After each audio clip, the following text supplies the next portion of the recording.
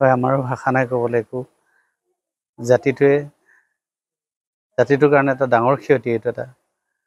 অসমৰ মানুহে জুবিন গাৰ্গৰ গান শুনি টোপনি যায়, আকৌ ৰাতিপুৱা উঠি জুবিন গাৰ্গৰ গান শুনে।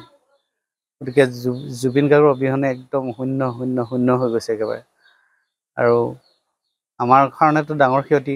আমি গীতিকাৰ হিচাপে, গায়ক হিচাপে মই যিবিলাক গীত লিখিছিলোঁ গোটেইখিনি জুবিন গাৰ্গে গায়।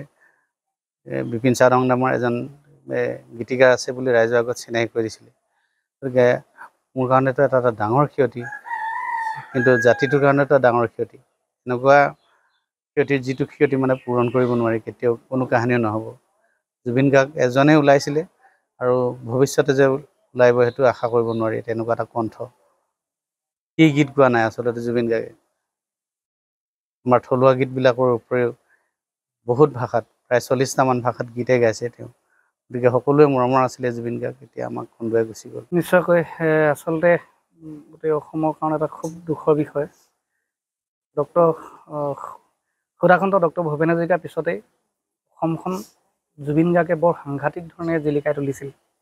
আৰু তাৰপিছত জুবিন দাই অসমৰ সংগীত জগতকে ইত্যাদি কৰি চিনেমা জগতকো গোটেই মানুহৰ মাজত জাকত জিলিকাই তুলিছিল। যিহেতু জুবিন দাই যদি আৰু 10 বছৰমানো যদি জীয়াই থাকিলেহেঁতেন, অসমৰ সংগীত জগতখন আৰু বহুত ওপৰলৈ লৈ গ'লহেঁতেন।